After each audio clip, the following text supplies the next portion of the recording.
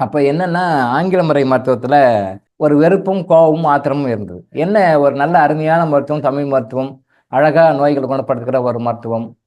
இத போய் தேவையில்லாம குணப்படுத்தலாம்ன்னு சொல்லிட்டு அவங்களுக்கு ஆப்ரேஷன் பண்ணி, சர்ஜரி பண்ணி, அவங்கள கொடுமைப்படுத்தி, நெறைய ஃபீஸ் பொதுவா அலோபதி மருத்துவத்த பத்தி நெறைய நெகட்டிவ் மெசேஜ் எல்லாம் இருக்கு இல்லையா? அதே மாரி ஏன் இதெல்லாம் இருக்கு? அப்படின்னு எனக்கும் அது மேல ஒரு வருத்தம், கோபம், ஆத்திரம் இருந்தது. யார் மேல? அந்த அலோபதி டாக்டர்ஸ் மேல, அலோபதி சிஸ்டர்ஸ் மேல, அந்த அலோபதி சம்மந்தப்பட்ட அந்த ஃபீல்டுல இருக்கிற அதர் ஒர்க்கர்ஸ் மேல.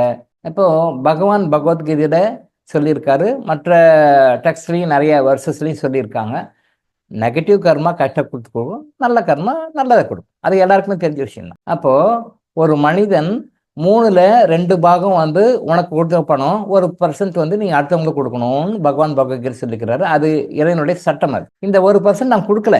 ஏன்னா எனக்கே வேணும். நான் அத குடுக்க மாட்டேன்றான். டெஸ்ட் வைக்கிறாரு. இங்க டெஸ்டிங் தான். நீங்க வந்து நான் 2 பங்கு பணம் நீ வச்சுக்கோ. 1 பங்கு பணம் வந்து நீ மத்தவங்களுக்கு குடுத்துடுன்னு சொல்லி அனுப்புறாரு. எதிர்பார்க்காத பணம். தர்மமா பண்ணணும். தானம் வேற, தர்மம் வேற. தெரியும் உங்களுக்கு. அப்ப தர்மமா பண்ணுங்க. நம்ம குடுக்கறது இல்ல. இப்போ இந்த குடுக்கறது இல்ல அப்படிங்கும்போது அந்த பணத்தை எடுக்கணும். அத அவர் எடுத்துருவார். நான் குடுக்கலனாலும் அவரெல்லாம் விட்டுற மாட்டாரு. அத நான் கரெக்ட்டா எடுத்துருவேன். இந்த 1% உங்ககிட்ட இருந்து எடுக்கணும். எப்படி எடுக்கணும்? ஏதாவது வகையில எடுக்கணும். இந்த டியூட்டிய பார்க்கிறது வந்து சனி பகவான் சொல்லிக்கிறார். சனி பகவான்னா இந்துக்களுக்கு மட்டும் இல்ல. எல்லா உலகத்துல இருக்கிற எல்லா மதத்தினருக்கும் சனி பகவான் தான். நாம சனி பகவான் இந்து மதத்துல இருக்கிறவங்க சொல்றாங்க. அவங்க சொல்லல அவ்வளவுதான். அப்ப என்ன பண்ணுவாங்க? உங்களுக்கு உடம்பு சரியில்லாம போக வைப்பாங்க. ஆக்சிடென்ட் நடக்க வைப்பாங்க. திருடு போக வைப்பாங்க. இதெல்லாம் நீங்க குடுக்காதனால தான்.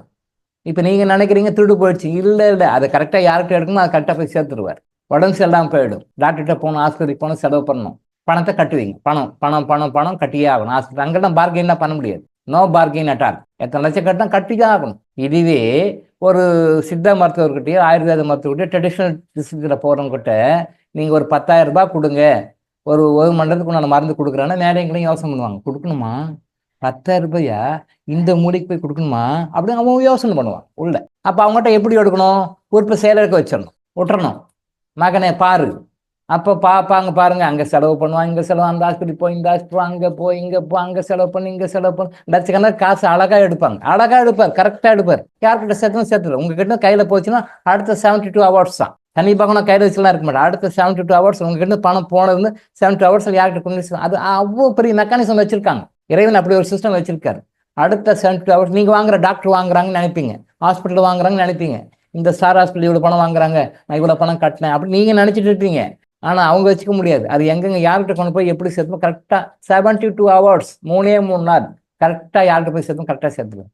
பர்ஃபெக்டா பண்ணுவார் கடவுள்.